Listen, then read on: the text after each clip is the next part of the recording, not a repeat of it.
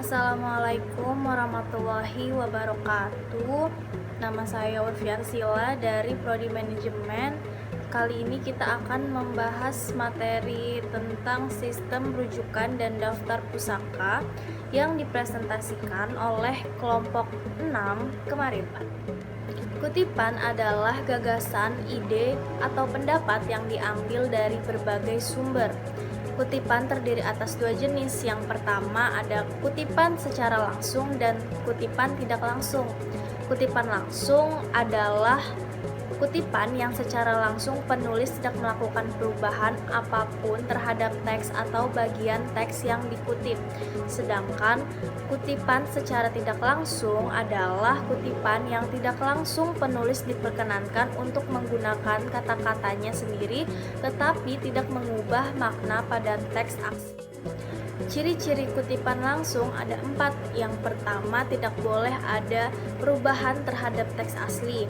Yang kedua, tanda seru digunakan apabila ditemukan kesalahan pada teks asli. Yang ketiga, ada tanda titik 3 digunakan apabila ada bagian kutipan yang hilang. Keempat, menggunakan sumber kutipan yang berlaku dalam bidang selingkuh. Adapun ciri-ciri dari kutipan tidak langsung. Yang pertama, diintegrasikan dengan teks.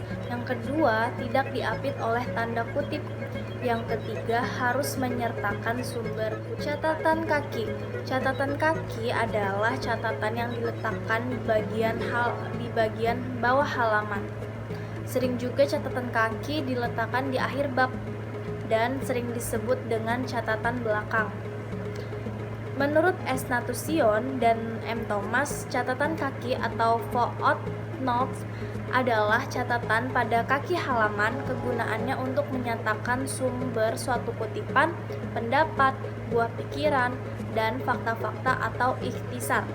Fungsi catatan kaki. Fungsi catatan kaki ada 4. Yang pertama, menjelaskan referensi yang dipergunakan bagi pernyataan dalam teks. Yang kedua, menjelaskan komentar penulis terhadap pernyataan dalam teks yang dipandang penting.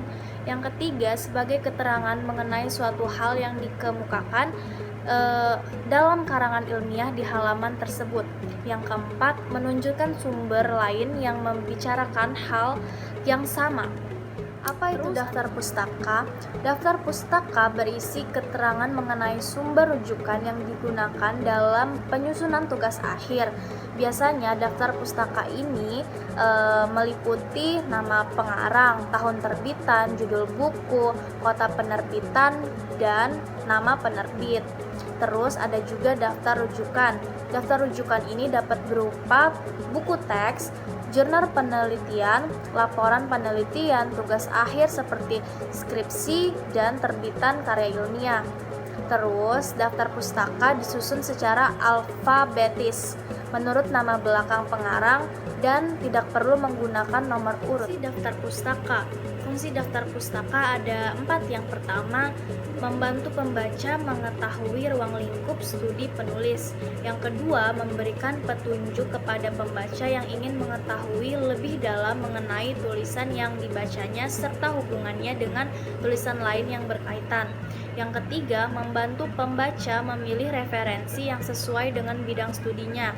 Yang keempat, sebagai bentuk keterbukaan dan kejujuran penulis mengenai sumber-sumber yang dipergunakan. Cukup sekian materi yang saya sampaikan.